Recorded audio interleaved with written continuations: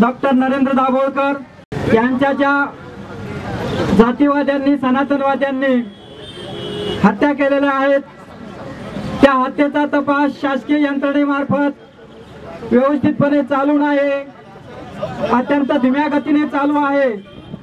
म्हणून शासनाला धारेवर धरण्यासाठी, शासनाला झोपलेल्या शासनाला जागृत करण्यासाठी आज संघर्ष यात्रेची सुरुवात पुण्यामधून सुरू होत आहे। तरी सर्वांचं स्वागत करण्यात येत आहे।